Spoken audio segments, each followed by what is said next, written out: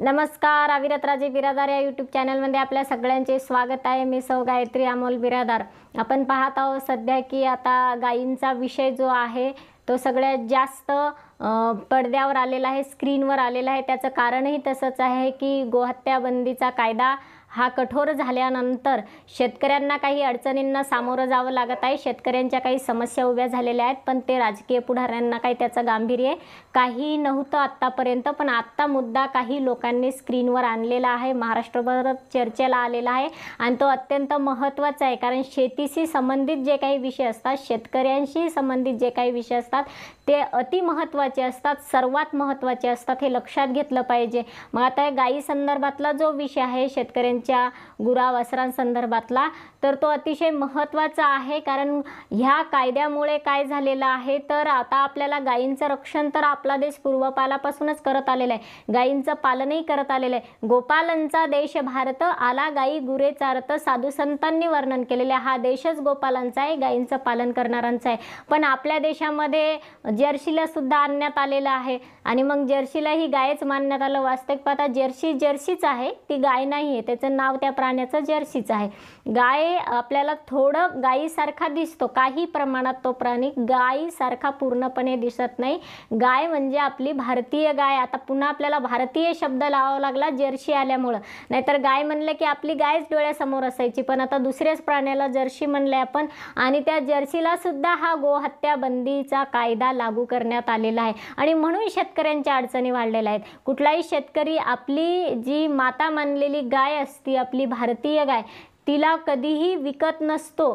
पूर्वापालापासून परंपरा आहे की ती गाय तशीच दिली जाते, मग त्याला गाय दान दिल्या जायचं, आपल्यामध्ये म्हणल्या जायचं गाय दान दिल्या जायची। आपली भारतीय गाय दान म्हणून दिल्या जाते, तशी जर्सी दान दिल्या जात नाही, जर्सीसाठी पैसे मोजावे लागतात। आणि शेतकऱ्यांनी जरी जर्सीला आणलं असेल तर आज सरकारने आपल्या देशात आणलेलं आहे, शेतकऱ्यांना अनुदानावरती वाटप केलेलं आहे त्या जर्सींना। म्हणजे शेतकऱ्यांनी काही स्वतःहून विदेशात गेले नाहीत। आता जर्सीचं उगमस्थान विदेश आहे, पाश्चिमात्य राष्ट्रात वगैरे इकडं तिकडं सगळ्या राष्ट्रांमध्ये ते जर्सीची उत्पत्ती झालेली आहे।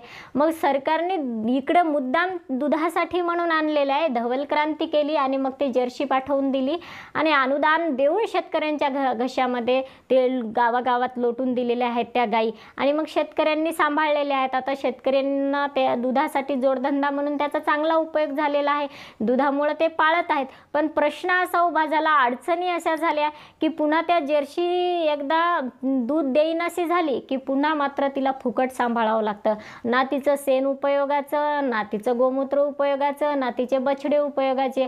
आता ते छोटे छोटे वासरं जे असतात तेही नुसते बसून चारा पाणी करावं लागत असतं। मग आता अशा भाकड जनावरांचं काय करायचं हा प्रश्न उभा झाला असताना शेतकरी मात्र संतप्त झाले, शेतकरी रस्त्यावर येऊ लागले आणि जेव्हा जेव्हा शेतकरी घेऊन जातात विक्रीसाठी, आता ती खरेदी विक्री बंद करण्यात आली। मग शेतकऱ्यांवर मोठा चारा पाण्याचा प्रश्न उभा राहिला, कारण चारा पाण्याचा प्रश्न म्हणजे काही साधा प्रश्न नाही। उन्हाळ्याच्या दिवसामध्ये प्यायला, माणसाला प्यायला पाणी मिळत नाही, तिथे जनावरांना देणं तर दूरचाच भाग राहिला आणि मग पाणी नसल्यामुळे चाराही मिळत नाही, हाही प्रश्न मोठा उभा राहिला असताना कुठे कुठे ते गोरक्षक समित्या स्थापन करण्यात आल्या, संघटना आहेत त्या गोरक्षक, कधी शासनाने केल्या त्या शासनालाच माहिती, आणि शेतकऱ्यांवर मग हल्ले होऊ लागले। मग शेतकऱ्यांनी जायचं कुणाकडे, दंड भरावा लागू लागला शेतकऱ्यांना। आता साधू संतांनी गोपालांचा देश सांगितलेलंच आहे भारत, आता राष्ट्रसंत तुकडोजी महाराजांनी हे वर्णन केलेलं आहे। पण दुसऱ्या पण संत महात्म्यांनी सुद्धा, अनेक संत महात्म्यांनी वर्णन केलेले आहे गायी संदर्भात, पण सगळ्यांनी गोपालच शब्द वापरलेला आहे, गोपालकच वापरलेला आहे। गोरक्षक हा शब्द शासनाच्या, सरकारच्या किंवा विविध पक्षांच्या तत्वज्ञानातून बाहेर आला असेल, कारण पक्षांचे तत्वज्ञान खूप महान असतात, ते साधू संतांच्याही लय पुढचे असतात, त्यांच्याकडून आता गोरक्षक शब्द आलेला आहे। तसं गोपाल हा राष्ट्रसंत तुकडोजी महाराजांनी गोपालांचा देश भारत सांगला। पुढे जाऊन एका ठिकाणी म्हणतात की प्यारा हिंदुस्तान है गोपालों की शान है, गोपालों की शान म्हणलंय, गोरक्षकों की शान नाही। त्यानंतर गोपाला गोपाला देवकी नंदन गोपाला, संत गाडगे महाराजांचं भजन, म्हणजे गायी पाळणाऱ्यांचाच हा देश आहे, गोपालच म्हणलंय त्यांनी सुद्धा।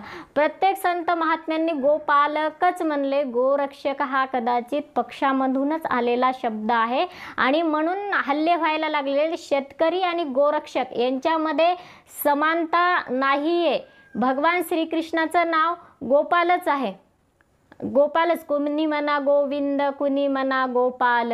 भगवान श्रीकृष्णाला काय म्हणलेलं आहे? गोपालच म्हणलेलं आहे. राधासोबत तो बाळ गोपाळांसोबत तो गोपालच आहे. म्हणून भगवान श्रीकृष्णालाही गोपालकच म्हणलेलं आहे. आणि स्वतः भगवान श्रीकृष्णसुद्धा म्हणतात की आई मी एकुलता एक, गाई राखी तो 9 लाख. मी गाई चारायला जातो आणि मग गाई चारायला जातो तो, गाईचं पालन करतो तो, म्हणून गोपाल म्हणलेला आहे भगवान श्रीकृष्णाला. असं सर्व ठिकाणी साधू संतांच्या मुखारविंदातून, साधू संतांच्या अमृतवाणीतून गोपालच शब्द बाहेर पडलेला आहे. पण इकडे मात्र आता सरकारनं गोरक्षक आणलेत. आता गोरक्षकांचं शेतकऱ्यांचं एवढं काय फारसा समन्वय अजून झालेला नाही आणि पुढाऱ्यांचं तर अजिबातच नाही. आता शेतकऱ्यांना कोणी मानत नव्हतं. शेतकरी संतप्त झाले. गाई वासरं रस्त्यावर घेऊन येऊ लागले. कधी कधी म्हणतात कलेक्टरच्या ऑफिसमध्ये आता नेऊन सोडतो वगैरे. कारण संतप्त जेव्हा होतो शेतकरी तेव्हा काय करणार, कुणाकडे मागणार ना. मग कुठल्या तरी लोकप्रतिनिधींकडे जायचं. मग काही शेतकरी गेले सदाभाऊ खोत. आता लोकप्रतिनिधींकडे तर कमीत कमी जावं लागेल की कुणाकडे जायचं. म्हणून सदाभाऊ खोतनं सुरू केलं डायरेक्ट गोरक्षकांवरच. मग नको नको ते बोलायला सुरू केलं. आता ते सदाभाऊ खोत बोलले, शेतकरी जेव्हा बोलले तर तेव्हा काहीच परिणाम झाला नाही.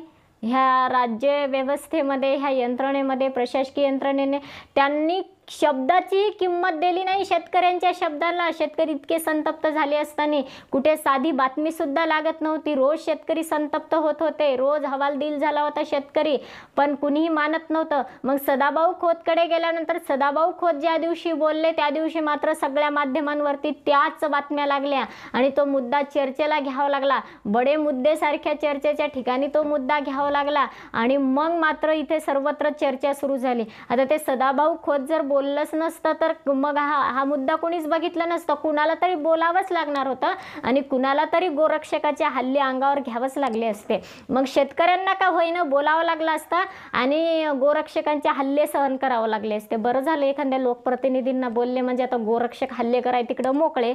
सदाभाऊ खोत आणि गोरक्षक हो द्या आता तुमच्यात तुमचं, पण शेतकऱ्यांचा मुद्दा सोडवा. तुम्ही तिकडं कुस्त्या खेळवा, समन्वय करा, पण शेतकऱ्यांचा मुद्दा सोडवा. की भाकड जनावरांचं करायचं काय, भाकड जर्शींचं करायचं काय, हा प्रश्न आहे ना. तुम्ही रोज काठ्या घालसाल एकमेकांवरची. गोरक्षक म्हणतील आम्ही महान आणि सदाभाऊ खोत म्हणतील नाही आम्ही महान. हे महान महान कोण महान आणि कोण मोठं म्हणण्यात झालं तिकडं त्यांच्या कुस्त्या चालू. मुद्दा राहिला मुद्द्यांच्याच जाग्यावर, पण शेतकऱ्यांचा प्रश्न तुम्ही सोडवणार कसं. एकीकडे तेच लोक सांगतात, आपण चर्चेमध्ये ऐकलं की त्यांच्यापैकीच एखादा पक्षाचा प्रवक्ता म्हणतो की जर्सी ही गाय नाहीच आहे. जर्सी ही गाय नाहीच. तिचं शेण कामाचं नाही, तिचं गोमूत्र कामाचं नाही, तिचे वासरं कामाचे नाहीत. बैल म्हणून कामाला आणता येत नाही. ते पुढाऱ्यासारखे बसून खाऊ घालावं लागतात जर्सीच्या वासरांना. त्याच्यामुळं ते काही कामाचे नाहीत. मग आता ती जर्सी विकण्यालाही बंदी आहे. विकायचं म्हणलं की तिथं कायदा लागू होत आहे जर्सीला. मग करायचं काय. एकीकडे गाय नाही हेच म्हणतात, जर्सी गाय नाही जर्सी जर्सीच आहे म्हणतात आणि मग कायदा बी तिथे लागू करतात. हा प्रश्न सोडवणार कधी आहेत. मग याच्यासाठी तुम्हाला जर सोडवणं होत नसेल तर कायदा करत असताना पर्यायी व्यवस्था सोबतच कराव्या लागत असतात. झाडे तोडू नका. झाड तोडलं तर बंदी आहे कायद्याने. मग झाडांची कत्तल केली तर कायद्याने बंदी आहे. पण चुलीमध्ये काय घालायचं, कारण इंधन म्हणून लाकडं वापरल्या जातात ना आपल्याकडे, हे होतं ना. मग चुलीमध्ये काय घालायचं, मग त्याची व्यवस्था, पर्याय व्यवस्था आधी करावं लागते. मग हे केली का. पूर्वीच्या काळी सांगायचं, आता पाटोदा असेल, हिवरा बाजार असेल, राळेगण सिद्धी इथं झाड तोडायला बंदी होती. झाड तोडायला बंदी होती, पण तेथील लोकांनी, तेथील सरपंचांनी झाड तोडायला बंदी आपल्या गावात हा कायदा लागू करण्याच्या अगोदर गावागावामध्ये बायोगॅस उभारले होते. प्रत्येक घराघरामध्ये त्या गावांनी बायोगॅस उभारले होते. पर्यायी व्यवस्था इंधनाची करून दिली होती आणि मग कायदा लागू केला होता. आणि म्हणून झाडाचं संरक्षण तिथं झालं. हिरवेगार झाले तर गावं आपले अजूनही उन्हाळ टपू तसेच आहेत. आपण अजूनही सकाळी उठलं की पाण्याचं भांडं चुलीवर ठेवतोच आहे आणि लाकडं घालतोच आहे. आपल्या कोणाच्याही गावामध्ये झाड तोडण्याला बंदी नाही. रोज कत्तल होते आपल्या इकडे झाडांची. आणि एकीकडे कारण का तर सरकारने गॅस वाटले तर प्रत्येक कुटुंबातला माणूस म्हणतो आम्हाला गॅस परवडणसाच झालाय, कशावर स्वयंपाक करायचा. आजही घराघरामध्ये चुली आहेत, झाडं आपण लाकडच वापरतो का, कायद्याचा तिथं वापर करताय ना, पर्यायी व्यवस्था नाही म्हणून. गायीच्या संदर्भात सुद्धा हेच झालेले, जर्सीच्या संदर्भात तुम्ही पर्यायी व्यवस्थाच नाही केली. मग पर्यायी व्यवस्था करता येत नाही का तुम्हाला? कायदा सरकारला करता येतो, पर्यायी व्यवस्था करता येत नाही. तुम्ही फक्त शेतकऱ्यांना म्हणता. आज काही लोक आले, सदाभाऊ खोतवर हल्ला केला, उद्या सदाभाऊ खोतचे लोक येतील, गोरक्षकांवर हल्ला करतील, त्यांचं चालेल, मग एकमेकांवर हल्लेच करणार. पर्यायी व्यवस्था नाही करता येत तुम्हाला. आणि पर्यायी व्यवस्था करण्यासाठी काहीच उपाययोजना नाहीत का?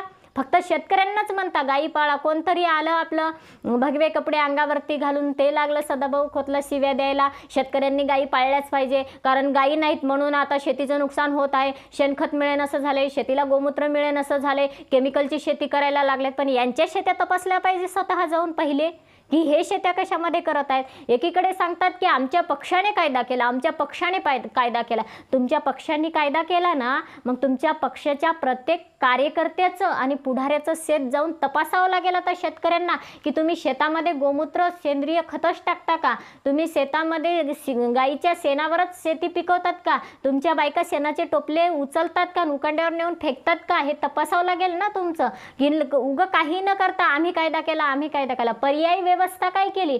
डायरेक्ट तुम्ही कपडे घालता अंगावर, भगवे लगेच घालता.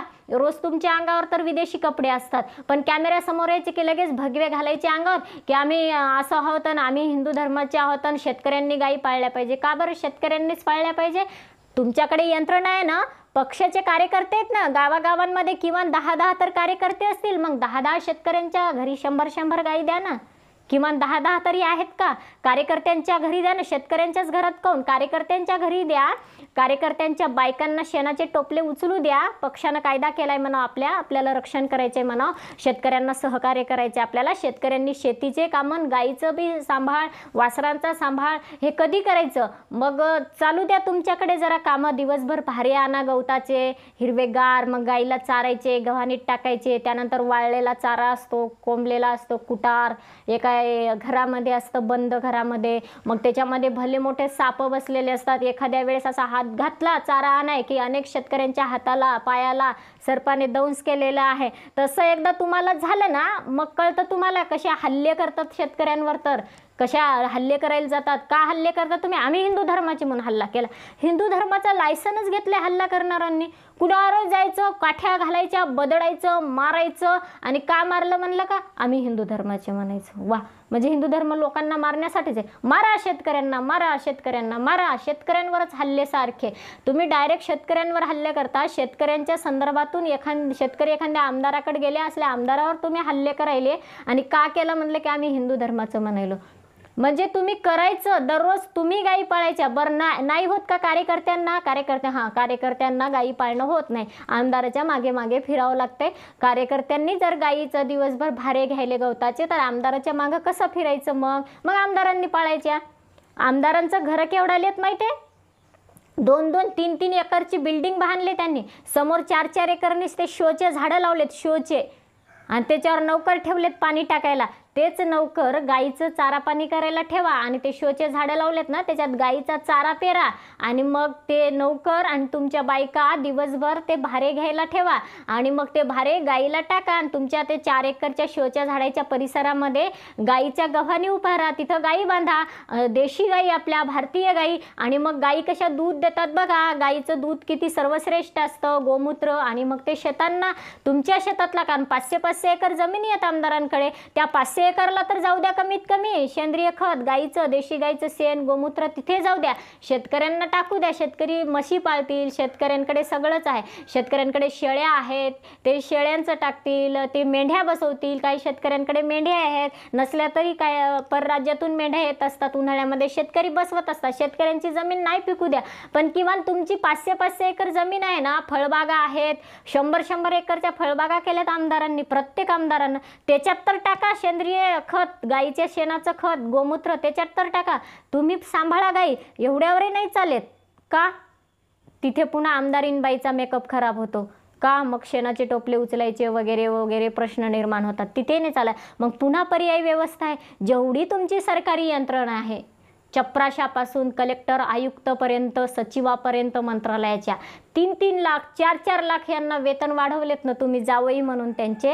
एक जण 100 गाईचं रक्षण करू शकतं, महिन्याला 4-4 लाख देतात म्हणजे त्यांना तेवढा खर्च लागत नाही. त्यांना काही घर भाडं नसते, तुम्ही फुकटचे घर बांधून दिलेत त्यांना राहायला. आणि त्या घराच्या समोर इतका मोठाला परिसर दिलाय तुम्ही सेंद्रिय भाजीपाला पिकवून खायला, पण ते पिकवतही नाही. तर त्यांना नुसता फिरायला दिलाय, लेकरायला खेळायला त्याच्यातच, बायकोला फिरायला त्याच्यात, जाड झाली की म्हणून तब्येत कमी करायला. त्यांचे सरकारी निवासस्थानं त्याच्यामध्ये गायी बसत नाहीत का? सरकारी निवासस्थानामध्ये कमीत कमी 300-400 गाय बसते एकेका अधिकाऱ्याच्या सरकारी निवासस्थानाच्या परिसरामध्ये. एका सरकारी म्हणजे कर्मचाऱ्यांचे जे निवासस्थान आहेत ना अधिकाऱ्यांचे, 100 200 300 गायी सहज बांधू शकतात. इतका परिसर दिलेला आहे तुम्ही मोकळा करून. कोणाच्या जमिनी आहेत या? त्यांच्या सासऱ्यांनी दिल्यात का जमिनी हुंड्यासोबत सरकारी अधिकाऱ्यांच्या? त्याच्यामध्ये गायी बांधा ना आणि त्यांना सांगा ना 5 वाजले 4 वाजले. तसे तर ते दिवसभरही नसतातच खुर्चीवरती. कधीही पाहिलं सरकारी अधिकारी खुर्चीवर नाहीच, कुठे गेला तर अमेरिकेला गेला, जपानला गेला, दौऱ्यावरच गेले म्हणतात. मग हे दिवसभरही नसतात. कमी 4 वाजता जर यांचा टाईम असला, घरी आले 4-5 वाजता, 4-5 वाजता गाईचं दूध संध्याकाळचे काढा, चारा पाणी करा, दिवसभर लांबणीच्या बांधून द्या परिसरामध्ये, गाई चरतील. त्याच्यामध्ये गाईचा चारा पेरा, मका गवत वगैरे सगळं पेरा. गाई हिरवळीचं गवत खातील, मस्त दूध देतील. आणि एवढ्यावरही विक नाही, अजून पर्यायी व्यवस्था आहे तुमच्याकडे. नाही नका म्हणू. कलेक्टर ऑफिस, जिल्हा परिषद, पंचायत समित्या, तहसील, किती मोठाला परिसर आहे, केवढी भयंकर जमिनी. काय करता त्याच्यामध्ये? उन्हाळ पडलेली. बांधा तिथं 500 गाई नेऊन. गोपालांचा देश भारत आहे ना, तुम्हाला गायी पाळायच्यात ना, गायींचं रक्षण झालं पाहिजे ना. बांधा कलेक्टर ऑफिसच्या दावणीला सगळ्या गायी द्या. तिथं आपला देश आहे म्हणा, आपण कायदा केलाय म्हणा, तुम्हाला सांभाळावंच लागतात गाई. मस्त किती निस्ते शोचे झाडं लावले त्या ऑफिसच्या समोर, काही जमीन तर निस्ती उन्हाळ पडीत आहे.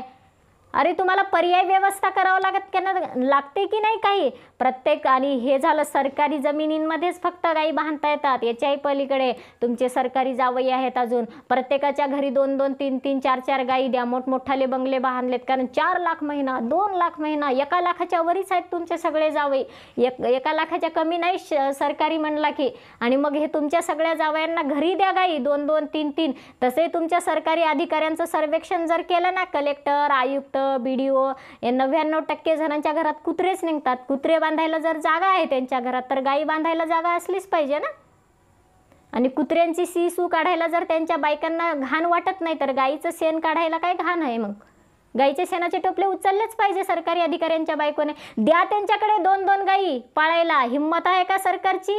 कायदा केलाय ना तुम्ही, फक्त शेतकऱ्यांवर लादता तुम्ही. गायी पाळा, शेतीचं नुकसान व्हायलंय. आणि मग टँकरच्या टँकर पाठवा दररोज. जशी कचऱ्याची गाडी पाठव ना, तसं रोज एक ट्रॅक्टर पाठवत जा. त्यांच्याकडे शहरात उकंड्याची व्यवस्था नसेल शेण टाकायची, गोमूत्र टाकायची, तर रोज ते सांभाळून ठेवत जा म्हणा शेण काढून टोपल्यात. आणि सकाळी ट्रॅक्टर पाठवत जाय. आणि मग ते ट्रॅक्टर शेणाचे गाईच्या भरून मग शेतकऱ्यांकडे पाठवत जा, हे टाका तुमच्या शेतीला म्हणून. तुम्ही अशी व्यवस्था करा नेऊन. तुम्हाला जमतंय ना, कायदा केला ना, तर कायदा करणं चांगलीच आहे. भारत देशामध्ये पूर्वीपासूनच कायदा होता. आणि कायदा जेव्हा नव्हता तेव्हा उलट जास्त गाईचं रक्षण होतं जुन्या काळामध्ये. तेव्हा काही कायदा नव्हता. वैदिक कालामध्ये गायीचं रक्षण व्हायचं, युगामध्ये व्हायचं, कृष्ण युगामध्ये व्हायचं, सत्ययुग, हे सगळे युग झालेले आहेत. याच्यामध्ये काही कायदाच नव्हता गायीचं रक्षण करण्यासंदर्भातला. तरीसुद्धा गायींचं पालन व्हायचंच. म्हणूनच गोपाला गोपाला देवकीनंदन गोपाला हे कृष्णाच्या काळातलं भजन पुढं आले काय? आत्ताच्या काळातले का? आत्ताच्या राजावर भजन लिहिलेले काय संत गाडगे महाराजांनी? श्रीरामचंद्रांनी गायीची पूजा केली, भगवान श्रीकृष्णांनी गायीची पूजा केली, गायीचं पालन केलं. दुधांचा पूर आला होता. आपल्या देशात दुधाची गंगा व्हायची, दुधाची गंगा. आपल्या देशात आशीर्वाद देताना सुद्धा आपले पूर्वज म्हणायचे, दुधो नाहो पुतो फलो. शॅम्पू नाहो पुतो फलो नव्हतं म्हणायचे, दुधो नाहो म्हणत होते. इथं कायदा करण्याच्या आधी सुद्धा गायीचं रक्षण व्हायचं. उलट कायदा केल्यानंतर जास्त कत्तल व्हायला लागली गायींची. कारण हे कायदेच जीव घेऊन बसतात. हे कायदे माणसाच्या जीवावरच बसलेले असतात, तसे गायींच्याही जीवावरच टपलेले आहेत हे कायदे. आणि ह्या कायद्यांचा आधार घेता आणि आपल्या पोळ्या भाजता हे कायद्याचे दलाल निसते. एका दिवस अंगावर कपडे घालायचे भगव्या रंगाचे आणि आम्ही गोपालक म्हणायचं किंवा आम्ही गोरक्षक म्हणायचं किंवा आम्ही गोरक्षकांच्या बाजूनं म्हणायचं आणि गायी शेतकऱ्यांनी पाळा म्हणायचं. कशाला पाहिजे नुसत्या गोशाळा सुद्धा काहीच गरज नाही आपल्या देशामध्ये, गोशाळेची सुद्धा गरज नाही. कलेक्टर ऑफिसमध्ये एवढा परिसर पडलाय, तिथे गायी बांधा नेऊन 500 ते 1000 गायी बसतात, तिथे बांधू शकता. जिल्हा परिषद ऑफिसच्या समोर गायी, अधिकाऱ्यांनी काही गायी पाळू नये का? पण विशिष्ट वर्ग असा निर्माण केलाय की त्यांना काहीच नाही. मग जावई आला सासरवाडीला की म्हणजे सासू पटकन असा तांब्या धरते पाण्याचा, बकेट पाट मांडते, आयतं पायावर पाणी टाकायचं, पाय धुवायचे. लगेच मेहुणा पाठीमागे उभा राहिलेलं असतं टावेल घेऊन, लगेच पाय पुसायचे. लगेच मेहुणी आत पाण्याचा ग्लास घेऊन उभी राहिलेली असते. लगेच सासरा तिथे लाडू घेऊन उभाच राहिलेला असते. बसले की लगेच हातात तोंडात खाऊ घालतात. म्हणजे जेव्हा जावई सासरवाडीला येतं तेव्हा सगळं त्याचे नुसतं आदरा तिथेच करायला बसलेले असतात, खाऊ घालायलाच बसलेले असतात. तसे हे सरकारी यंत्रणा आहे ना, यांना सगळं जावयाच्या पलीकडे यांना सगळं आयतच पुरवल्या जात आहे. आणि एक वर्ग असा शेतकरी निर्माण केलेला आहे की तुम्ही फक्त कष्टच करायचे, तुमच्याच उरावर लादायचं सगळं सगळं सगळं तुमच्या अंगावर. गायी तुम्हीच वाळा, शेण तुम्हीच काढा, दूध तुम्हीच काढा, आयतं आणून द्या फक्त इकडे या एका यंत्रणेला. आणि मथुरेतल्या राक्षसासारखे खाऊन पिऊन ढष्ट होऊन असे टम फुगून खुर्चीवर बसलेले. आणि मग जेव्हा शेतकरी एखाद्या कामासाठी निमित्त येतो तेव्हा हा बोलायला सुद्धा रिकामा नसतो. अशी यंत्रणा निर्माण केली तुम्ही. आणि म्हणून तिथं सांगितलं होतं तेव्हा भगवान श्रीकृष्णाने की आपण गायींचं पालन करायलो गोकुळामध्ये, आपण गायीला चारा द्यायलो, चारा पाणी करायलो, दूध काढायलो ना, आयतं दूध आपण मथुरेला नेऊन द्यायलो मथुरेला. आणि तिथले राक्षस खायलेत, बम लठ्ठ व्हायलेत आणि गोकुळातल्या बालकांवर पुन्हा हल्ला करायलेत. अगदी हेच झाले. आता मथुरा म्हणजे शहरं निर्माण केलेत, गोकुळ म्हणजे खेडे झालेत. आणि शेतकऱ्यांनी गायींचं चारा पाणी करायचं, दूध आयतं काढायचं, तुमच्या जावयांना ह्या नेऊन द्यायचं सरकारी अधिकाऱ्यांना. हे खाऊन लठ्ठ व्हायलेत, यांना जबाबदारी कोणतीच नाही. मग वजन करायचं म्हणून हे पुन्हा 30-30 हजार रुपये महिना खर्च करायले. 3 लाखातला 30,000 त्यांच्यासाठी काहीच नाही. कशासाठी? वजन कमी करण्यासाठी. पुन्हा एकट्याचं नाही, सोबत बायकोचंही वजन कमी करायचा प्रश्न निर्माण झाला यायचा. मग यांना गायी द्या पाळायला, यांचे वजन आपोआप कमी होतील. गोमूत्र प्यायला सांगा यांना सकाळी सकाळी, मध पितात सकाळी सकाळी, यांना गोमूत्र प्यायला सांगा. मग कसे यांच्या तब्येतीमध्ये बॅलन्स होते वजन, आणि गायींचं पण रक्षण होते आणि कायदा पण आपला टिकून राहतो. कायद्यामध्ये काहीच सुधारणा करायची गरज नाही, कायदा आहे तसाच कठोर ठेवा. फक्त गायी पाळणे हे जे तुम्ही गायींचं रक्षण करणे, गायींचं पालन करणे, चारा पाणी करणे शेतकऱ्यांवर लादायले, ते तुमच्या जावयांना द्या इकडं गायी सांभाळायला. घरादारासमोर गायी यांना बांधायला सांगा, सरकारी ऑफिसात बांधायला सांगा, हो द्या मस्त. आणि मग यांना एकदा दुधाची धार कशी काढतात सरकारी अधिकाऱ्यांना कळू द्या एकदा, बकेटीच्या बकेटी दुधाची धार कशी काढतात तर. आणि मग शेतकऱ्यांना द्या ते दूध तिकडं. नुसत्या विषाच्या बाटल्या द्यायलेत ना तुम्ही शेतकऱ्यांना, आत्महत्या करायला तुम्हीच जबाबदार आहेत, विषाच्या बाटल्या पाजत आहेत. हे दूध द्या मग पार्सल करून. आणि शेतकऱ्यांना चारा तुम्ही पेरा म्हणावं, फक्त गावात तुमची यंत्रणा ठेवा, रोज ट्रॅक्टर पाठवत जा, शेतकऱ्यांना म्हणा फक्त चारा ट्रॅक्टरमध्ये टाकून देत जा. आमचे जावयांच्या घरी इकडं गायी ठेवल्यात सगळ्या सरकारी अधिकाऱ्यांच्या, तिकडे हे शेतकरी चारा पाठवतील. म्हणजे शेतकऱ्यांना जे दूध घेऊन यावं लागतं ना सकाळी सकाळी शहरामध्ये, ते यायची गरज पडली नाही पाहिजे शेतकऱ्यांना. ह्या असं चालू द्या तुमची यंत्रणा, अशी सुधारणा करा. त्याच्यामध्ये कधी करणार आहेत तुम्ही? गावामध्ये तुमची समिती स्थापन करा ना, ग्रामपंचायतमध्ये घ्या ना, तुमचे गोरक्षक घ्या. तुम्ही गोरक्षक शब्द घेतले ना, ठीक आहे, तुम्हाला गोपाल शब्द आहे ना नष्ट करायचे काळाच्या वगामध्ये, तुमचं नवीनच तत्वज्ञान ठेवणार आहेत. गोपाल शब्द साधू संतांच्या मुखातून आलेला तुम्हाला मान्य नाही, तुम्हाला गोरक्षक शब्द पाहिजे. आणा तुमचे गोरक्षक, त्यांना लिगली घ्या, तुमच्या सरकारी यंत्रणेत घ्या त्यांना, नुसत्या गोशाळात नको. गोशाळा इकडे सरकारी यंत्रणेत घ्या, ग्रामपंचायतमध्ये घ्या, गोरक्षक म्हणून निवडा. शेतकऱ्यांना एखादी गाय विकायची असेल तर ग्रामपंचायतमध्ये द्यायला सांगा त्यांना, आणि मग तुमची यंत्रणा ठरवेल. तिथून कलेक्टर ऑफिसपर्यंत काय काय तुम्हाला रिपोर्ट तयार करायचे तर करा. पण शेतकऱ्यांवर का लादत आहे? शेतकऱ्यांना एखादी गाय विकायची म्हणजे 13-13, 14-14 किलोमीटर बाजारापर्यंत चलत जावं लागते. अलीकडे वाहनात बांधून येत आहेत त्या जनावरांना. अनेक शेतकऱ्यांकडे पैसे नसतात वाहनात न्यायला सुद्धा, ते चलत नेतात. आणि विक्री बंद झाली ना तर कोणी घेतलं नाही वगैरे ते जनावर, तर वापस चलत घरी जावं लागतं शेतकऱ्यांना पुन्हा. म्हणजे किती रोजचं 30-30, 40-40 किलोमीटरनं शेतकऱ्यांना त्या जनावरं जनावरांसोबत चलत उपाशी जावं लागतं आणि ते जनावर ते गुरेढोरेसुद्धा दिवसभर उपाशी राहतात.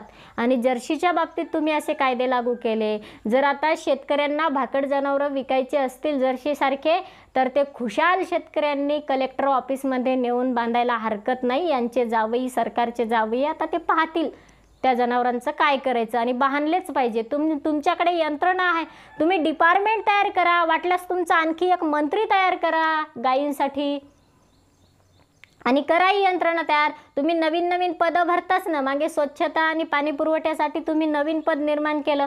स्वच्छता आणि पाणी पुरवठ्यासाठी नवीन CEO चं पद, नवीन वेगळा सेपरेट CEO दिला होता.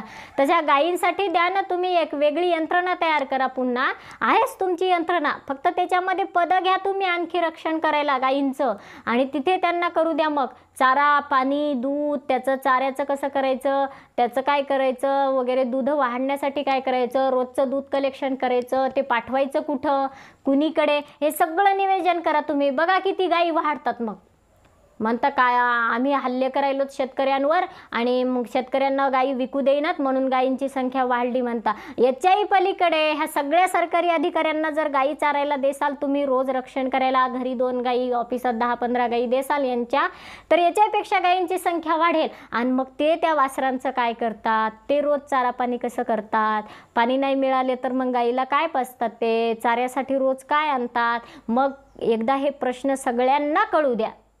शेतकऱ्यांचे काय हाल आहेत ना ते सगळ्यांना एकदा कळू द्या. कायदा नाही केला तरी काय नाही, मग तुम्ही एकदा अधिकाऱ्यांना गायी द्या चारायला प्रत्येकाला. मग कायदा नसला तरी काही नाही आपल्या देशामध्ये. पूर्वी काय कायदाच होता का? पण यंत्रणा होती पूर्वी गायीसाठी.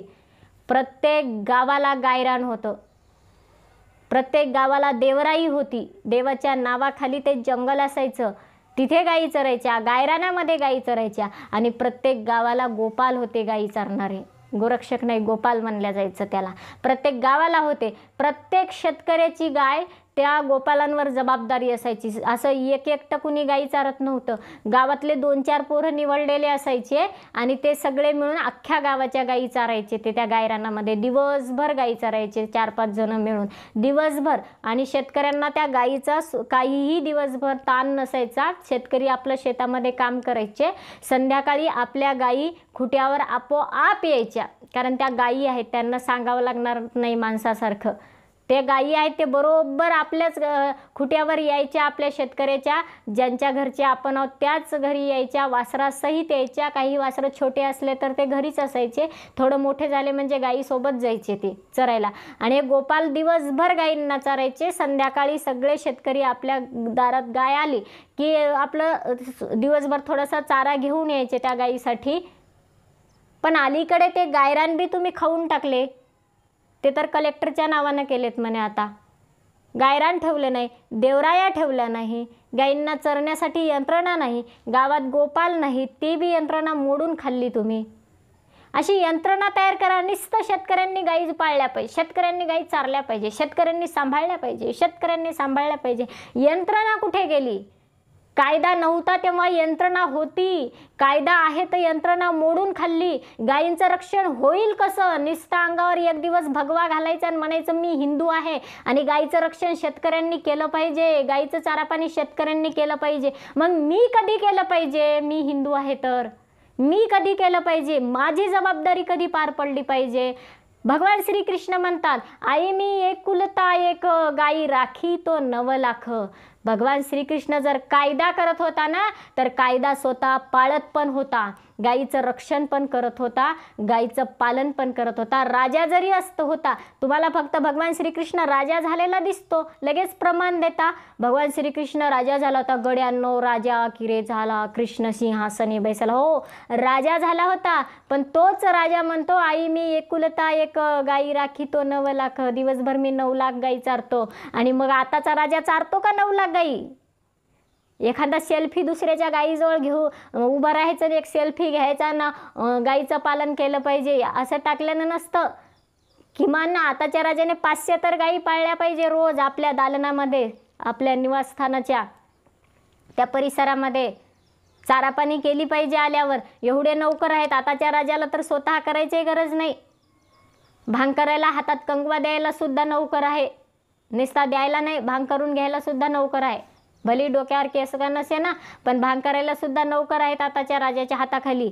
तोंडात घास घालायला, स्वयंपाकाला बाई आहे, वाढायला माणूस आहे, गाडीचं दार उघडायला वेगळा माणूस आहे, शीटवर हातान धरून बसायला वेगळा आहे, उतरवायला तिसराच माणूस आहे. एवढी यंत्रणा आहे. मग तुम्ही गायी का पाळू नयेत? भगवान श्रीकृष्ण राजा झाला ना तर गायी स्वतः पाळल्या. तसं कायदा केला ना, गायी स्वतः पाळा आणि शेतकऱ्यांची जबाबदारी वाटून घ्यायला जरा कर्तव्य बजावायला उभं राहा. आणि हे कर्तव्य बजावलं ना, मग बघा गायींची संख्या कशी झपाट्याने वाढते. आणि मग पुन्हा एकदा आपल्याला म्हणता येईल, प्यारा हिंदुस्तान है, गोपालों की शान है. असं गायीचं रक्षण झालं पाहिजे. जय हिंद, जय भारत.